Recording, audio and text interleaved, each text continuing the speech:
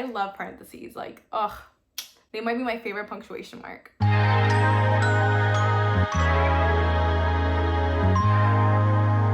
Hi, my name is Ivana. Welcome to my channel. I love reading and I'm really excited to share 13 books I read this month. This has been the best reading month I've had in recent history, and that is due in part to 4 factors.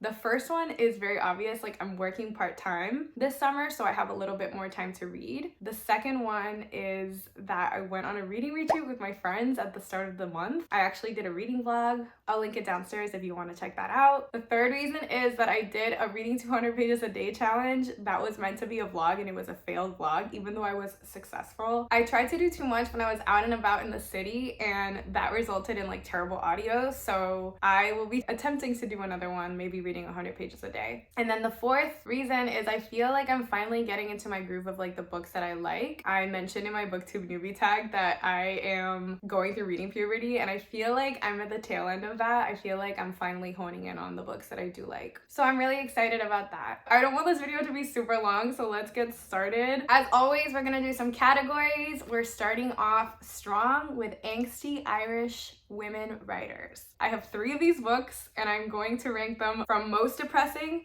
to least depressing. I'm sorry, I can't do the double S in English. First book is Acts of Desperation by Nolan. I loved this book, even though I hated it because it kind of crawled under my skin. So this is one of the books that I read in the reading retreat. It's really an immersive story about an unnamed character, a woman in her early 20s, who falls for the wrong man. This is truly a story about desire, about wanting things you can't have, ill-fated relationships. You know when you're doing something in the moment and it's really something you shouldn't do, and you can tell that it's gonna hurt you long term and that it's wrong, and yet you do it anyway? That is exactly how this book feels. Like, the narrator is so aware of like why she's doing what she does and how it's like hurting her and other people, and yet she still does it just because she's in the moment. I'm like making this really vague, but I really think it's a worthwhile read.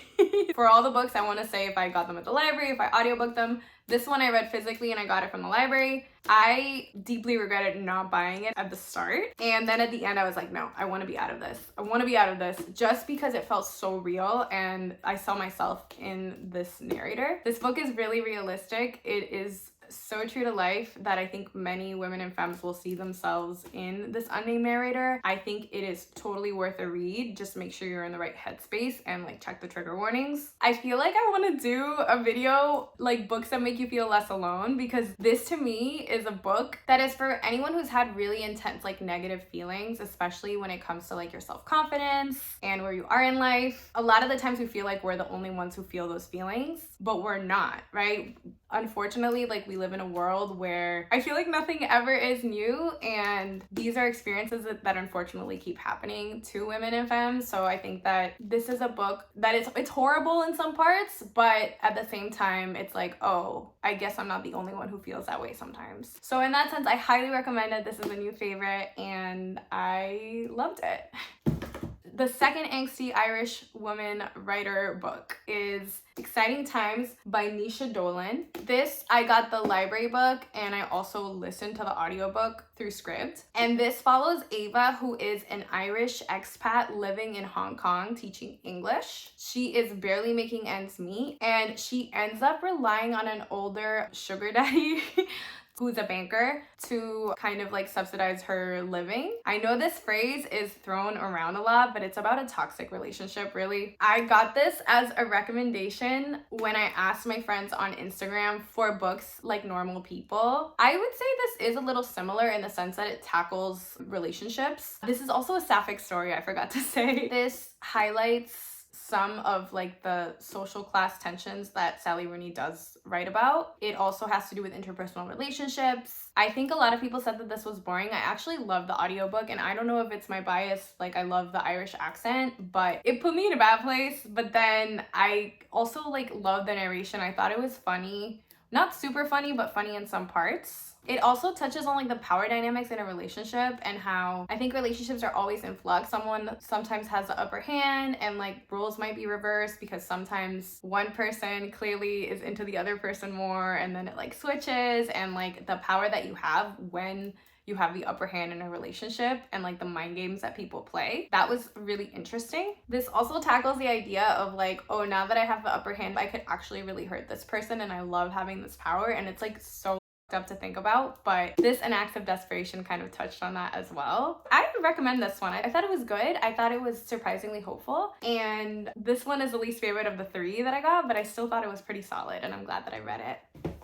The next book I bought and physically read, and I'm so happy that I did, and it is The Rachel Incident by Caroline O'Donoghue. This is also an Irish book, and I absolutely adored it. It is also a new favorite. I feel like Gabrielle Zevin's review in the back of it is like so good and like perfectly captures like what this book is about, so I'm gonna read it. And she says, if you've ever had a literary internship that didn't really pay you, if you've ever contemplated writing a screenplay with a friend, if you've ever been unsure of what to do with your degree in English, if you've ever wondered when the rug buying part of your life will start, if you've ever avoided going home or run out of things to say to your parents, if you've ever built your life and your personality around a friend, if you've ever loved the wrong person or the right person at the wrong time. In short, if you've ever been young, you will love The Rachel Incident like I did. I think this book is best gone into blind, so I'm not gonna say much about the plot, but it does follow Rachel, who's a college student who works at a bookstore where she meets James, her new BFF, who may or may not be gay. And Rachel has a crush on one of her professors, and James is like, yo, Rachel, why don't we create like a book signing and a author event for him at the bookstore? And then shenanigans ensue. Rachel narrates it from the present and is telling you like what happened in the past. And she says a lot of things that is like, but we'll find out about that later. And I kind of like that. I like being left in suspense a little bit. The book is extremely hilarious. It's about the good parts of friendship, it's about the bad parts of friendship, it's about becoming codependent with a friend, and it is about losing yourself in a friendship. The past is also set in the 2010s. I think that Caroline O'Donoghue is a contemporary of mine, so it's nice like following a millennial story like during the recession. It tackles issues like abortion and gay marriage in Ireland, which were legalized fairly recently, and like what's it like living in a small town. I think they live in Cork, and wanting to get out and move to London and like pursue their dreams. I am extremely interested in reading more about friendships now. I think that's gonna be the theme of August for me. And if you have any recommendations about friendship books, like let me know, the good, the bad, the ugly. And this is a book that I will reread in the future. It's so comforting and so warm and so just feel good, even though it's kind of depressing at some parts. This is also Caroline O'Donoghue's first adult book published in the United States. She also has 3 YA novels. That's a series about witches and tarot. I'm gonna read it in the fall, and I'm so excited for that series. Can I let you in on a secret? This isn't coffee, it's Diet Dr. Pepper. The second category is immersive books.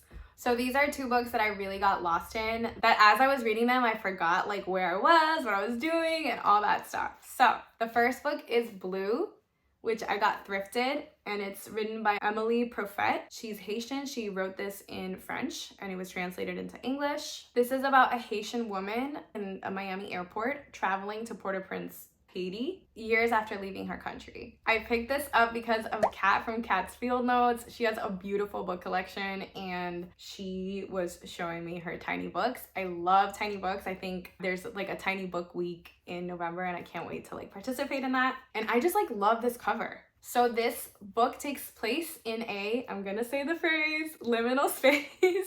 I feel like that's the booktuber phrase. Like, you're not a booktuber if you don't talk about liminal spaces. It takes place in the Miami airport, and something she says about the setting is, airports are distillations of the world.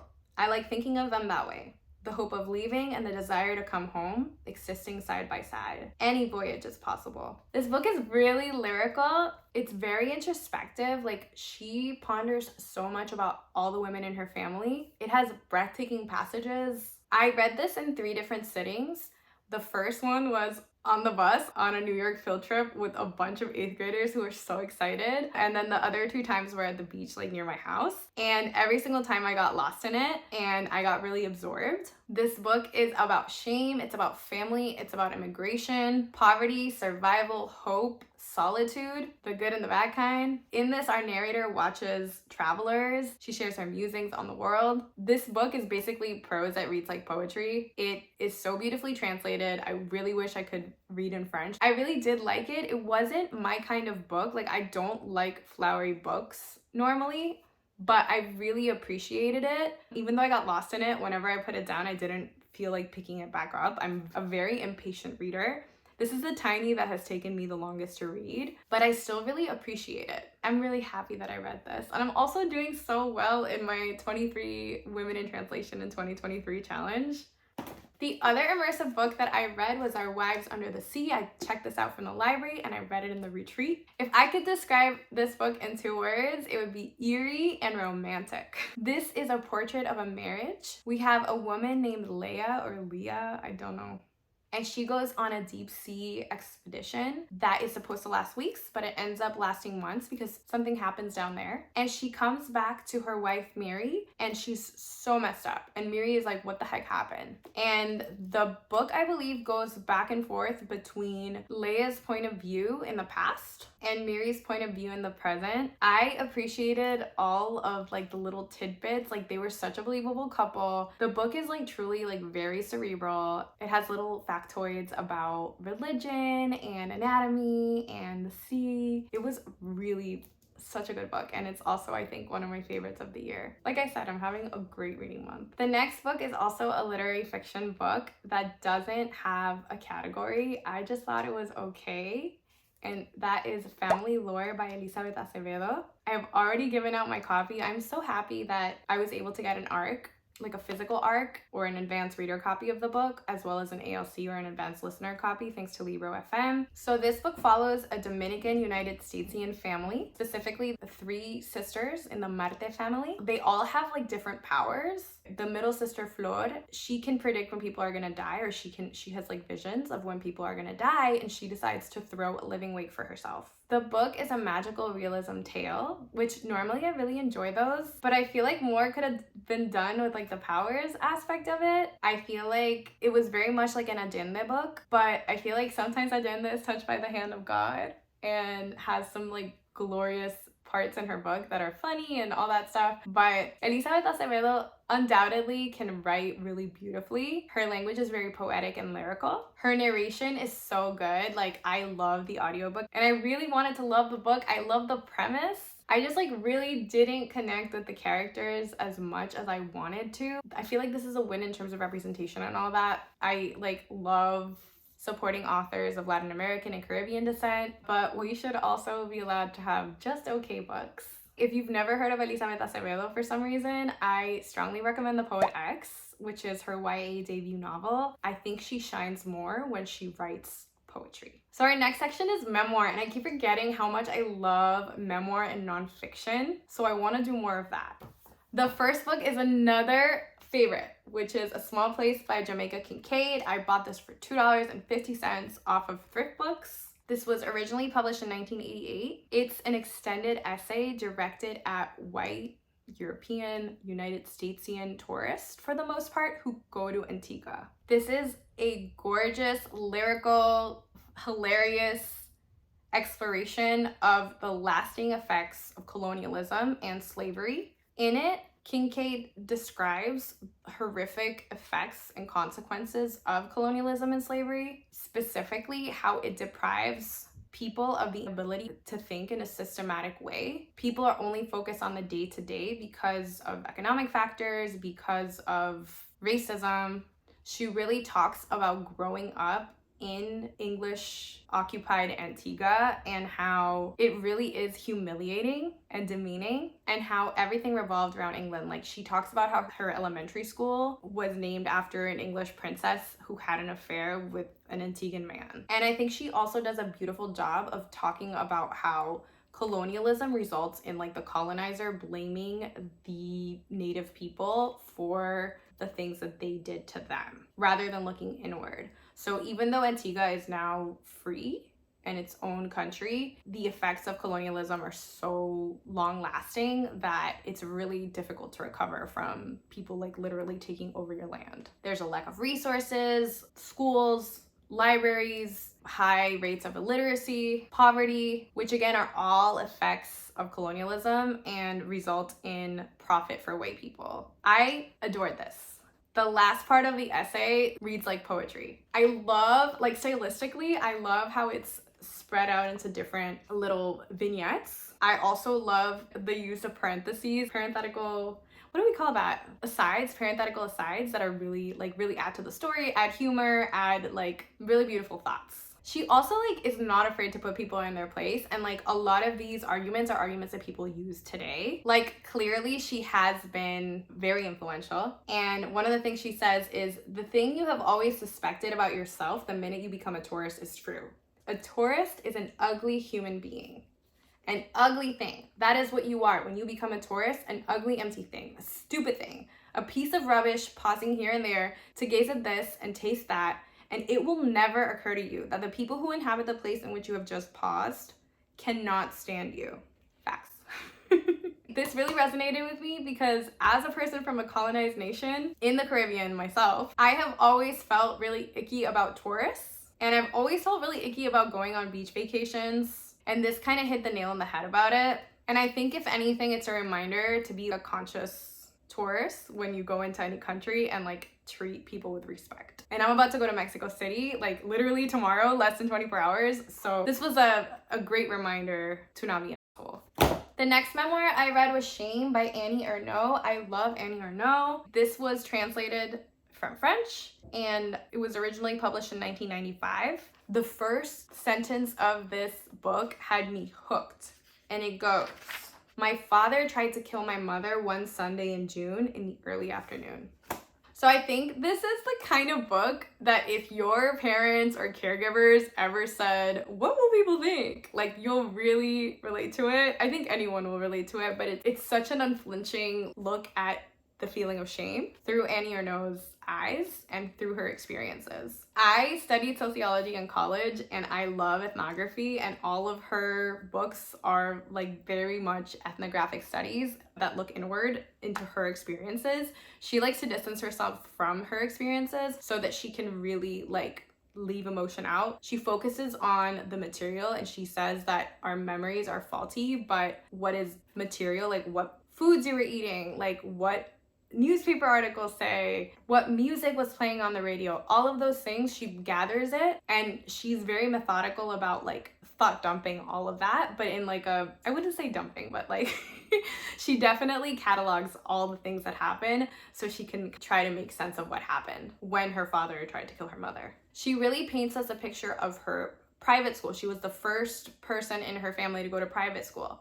She also paints a picture of her town, her parents' store, being working class in a little town. She treats all of this like documents. She really talks about moments of shame in her life and how, like, what she was brought up, all the customs and values that she was brought up with that really made her feel shame. And specifically, like, she talks about her upbringing in her private school, and she was like, I write in a very matter-of-fact way because all of the flowery language and all that was reserved for like literature that I read in school, which was like considered like not part of my everyday reality. She says, for me, the word private will always suggest deprivation, fear, and lack of openness, including the expression private life. Writing is something public.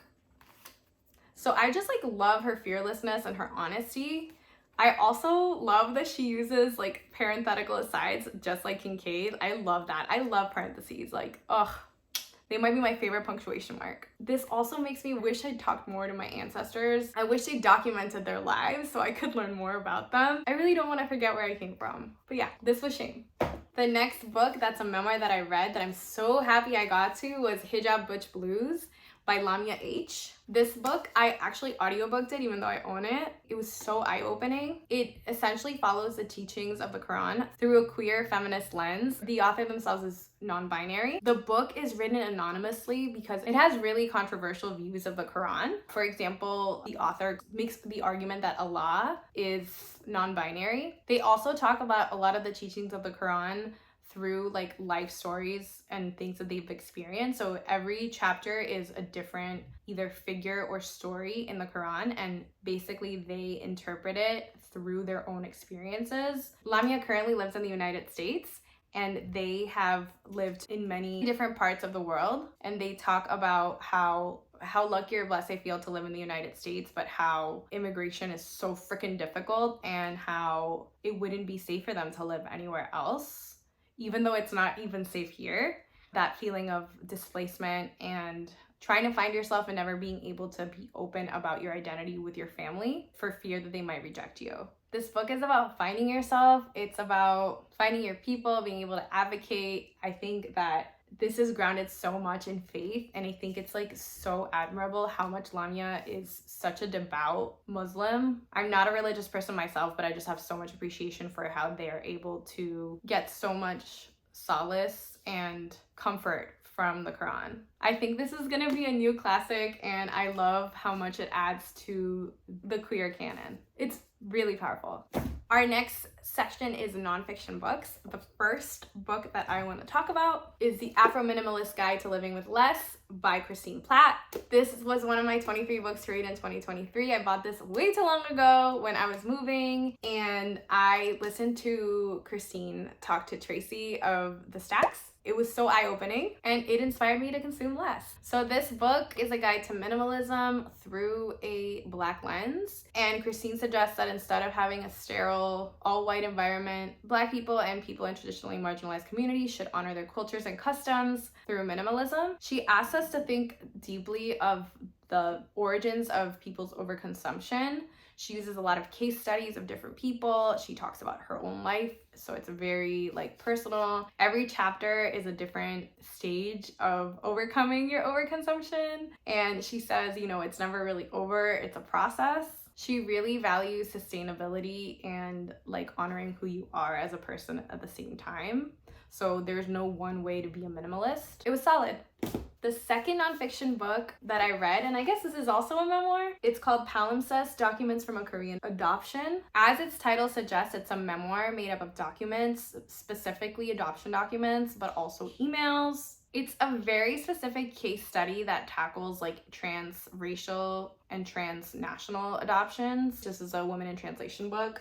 She is Korean born and Swedish. The author herself, once she became a mother, she started questioning like, who's my biological mom? And like, I really want to get to know her. But then she realized with time that there's a lot of fraud in the adoption industry, especially like the transnational adoption industry, especially in Korea. She showcases how difficult it is for adoptees to find their roots. The story is really text heavy, but it's also extremely poignant. It's really touching. I read it in a sitting on a Sunday. It's a really touching story. She went through a lot, and she had to overcome a lot and persist in order to find answers. I think this is the second book, if not the third, that I read about transracial adoptions. The only one I can remember right now is Mika in Real Life, which was a good book. I feel like I want to read more books about this topic. So if you have any recommendations, let me know. We're down to the last two, and they are YA books, or young adult fiction. I read Borderless by Jen de León with Monica from Dog-Eared Musings, and it is written by a Guatemalan United Statesian author named Jen de León. This book follows a girl from Guatemala named Maya who's into fashion design. She's into trashion, fashion made out of trash, and how one single choice or decision or like talking to the wrong person can really put you in a bad situation. She is forced to flee to the United States with her mom, and the story is really harrowing but also really interesting. And also, like, I love that this is set in Guatemala, and it really gives you like a better idea of what life is like in Guatemala. Jen did a lot of research and went back to her parents' home country to like really like learn about it more. Maya really does feel like a real person. This focuses a lot on mother-daughter relationships. There's a little bit of romance. This book could have easily been a thriller. Like, the ending was a nail biter. She's like crossing the border. I think this paints like a bigger picture of what it's like to flee your country. Like, I think sometimes people think about the American dream and how people come to the United States, and sometimes it's not by choice. Sometimes it's not because they want to have bigger and better dreams. Sometimes they wish they could go back, but they can't, right? Like, that's what being a refugee is like. I feel like Jen did Maya justice and like this story justice, because I feel like this book could have easily just been a thriller and been like very page turny, but like also not a lot of substance. She really made it feel realistic. and I'm excited to get this into the hands of more kids. The last book I read is also in my 23 books that I wanted to read in 2023, and it is Grown by Tiffany D. Jackson. I bought this used and I'm excited to have this in my classroom library. I have read now all of Tiffany D. Jackson's standalone books. This was not a favorite of mine. I loved Monday's Not Coming and Allegedly. Actually, I've liked all of them, and this one was good. This is a fictionalized version of the R. Kelly story. This is not a spoiler, but the first scene of this book, the main character wakes up covered in beet juice, or what she thinks is beet juice, and apparently Corey Fields, who is supposed to be R. Kelly here, is dead. And she might have done it. The book is really, really gripping. It really is a look at the music industry and how women are groomed and taken advantage of. This book reminded me a lot about another book I read around this time last year for the Seeley Challenge. It was a poetry and verse book titled Unmuted, and this one is so much better than Unmuted. Overall, I was hooked. I actually listened to it on audiobook through Script. I really like how Tiffany G. Jackson uses like the thriller and the horror genre to shed light on important issues. Like this one sheds light on the music industry and the grooming of young women. Monday's Not Coming is all about like Black girls who go missing that get ignored by the media. I just really like her as an author. I feel like her books get a lot of reluctant readers to read, and that's all I gotta say about that. I also forgot to say that my shirt says trans people will always exist, and that is very true. It is getting hot. I can't wait to turn on the AC. I want to thank you for watching. Let me know what your favorite books that you read in July were. If there's any books that should be on my radar, any books that have been a fave of yours lately. I hope you have a great day. Peace.